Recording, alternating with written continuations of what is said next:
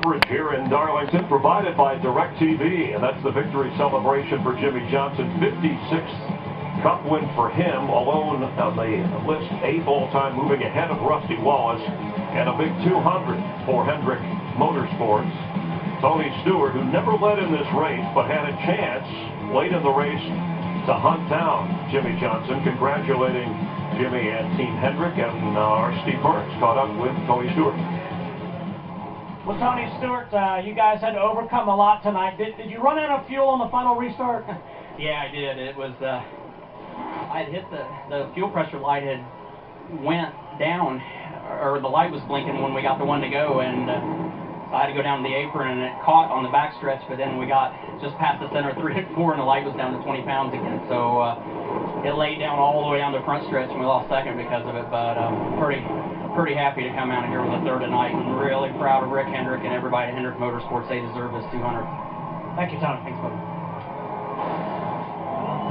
Checking points, and we've been running the results of this race on the crawl, but Greg Biffle, your points leader, coming in, tightens up a bit with Matt Kenseth just 2 behind, but Jimmy Johnson skyrocketing up, and after all that he's been through from the start of the year with the Daytona 500, do you feel in excellent position getting that win? That shows you why they won 5 championships in a row. They've overcome a lot to be in contention for not only making the chase, but they've got the speed in that car to win this championship again.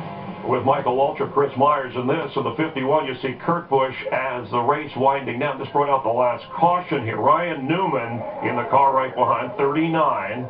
Ryan gets hit when he slowed down to avoid Kurt Busch. Really, that wasn't Kurt's fault as much as anything. It just was a racing accident late in the race. He spun out.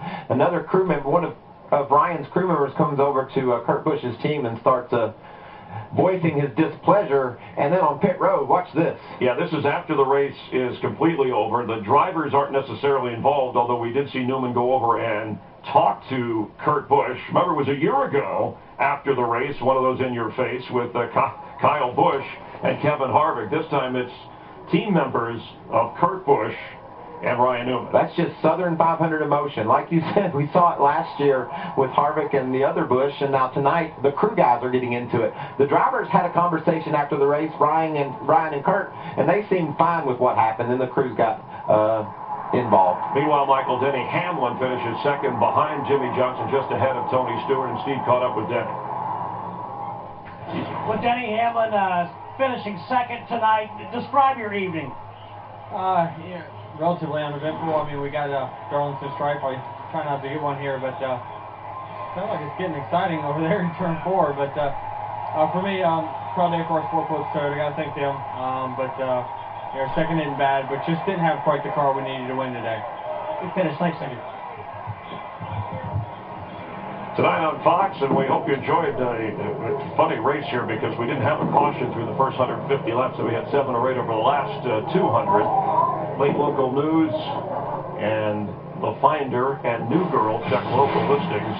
And prime time on Fox is sports time. The UEFA Champions League final between Chelsea and Bayern Munich at 2 Eastern. And after the soccer match at 7 Eastern, it's baseball night in America. The Nationals, Bryce Harper taking the field among others. 8 straight nights for Saturday night of primetime baseball coming your way. And a week from tomorrow, the Coca-Cola 600, Sunday evening primetime.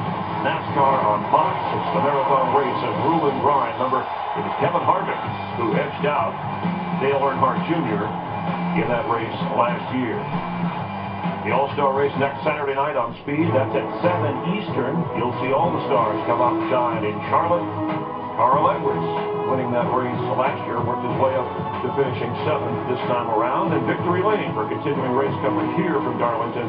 Tune in to Victory Lane over on Speed.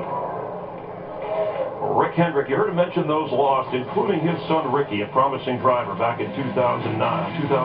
Of course, on this date, Adam Petty died practicing for a series race in New Hampshire. My son Christopher, Rick Hendrick did a lot to get our Fox crew out to his funeral back in February, and we appreciate that. There's a lot more to Rick Hendrick than just 200 victories.